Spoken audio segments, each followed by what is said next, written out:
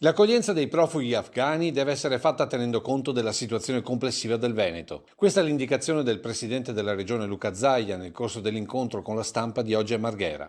In questo momento considerate che i Veneti sono quasi raddoppiati con tutto il flusso turistico che abbiamo, cioè quindi in questo momento sarebbe veramente un caos per noi. Di certo guardiamo con attenzione questa povera gente, soprattutto le donne e i bambini, e questa tragedia che stiamo vivendo. E il tema profughi afghani sarà al centro dell'incontro di domani mattina fra tutte le prefetture del Veneto. Domani ci sarà questo incontro in videoconferenza, convocato appunto dal prefetto di Venezia, che come sempre coordina un po' le attività anche in materia di, in questo caso di assistenza, appunto di realizzazione di nuovi interventi per quanto riguarda questa emergenza che si inserisce evidentemente in quella che è già la problematica dei richiedenti asilo che ospitiamo, e vediamo insomma se ci saranno indicazioni nuove o diverse. Al momento non ci sarebbero arrivi previsti per la provincia di Treviso, contrariamente a Padova e Vicenza, già assegnatarie di alcuni nuclei familiari.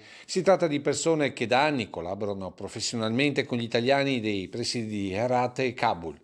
In ogni caso, un'ala della caserma Serena è già stata predisposta per l'accoglienza. Una palazzina dove già in passato erano state ospitate dei nuclei familiari, quindi che si adattano per dare una prima assistenza insomma decorosa a queste persone.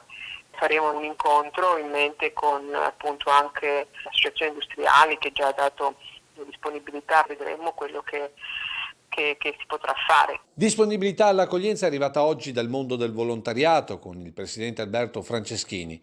I centri di servizio sono già impegnati nell'accoglienza diffusa attraverso l'esperienza che diversi operatori hanno maturato direttamente in Afghanistan. E al tavolo per la gestione dell'accoglienza il prefetto chiamerà anche la Caritas trevigiana. La Caritas era uscita come sapete bene, dall'accoglienza diffusa, e quindi sicuramente io conto di portarla al tavolo, e mi auguro che magari ci sia anche un ripensamento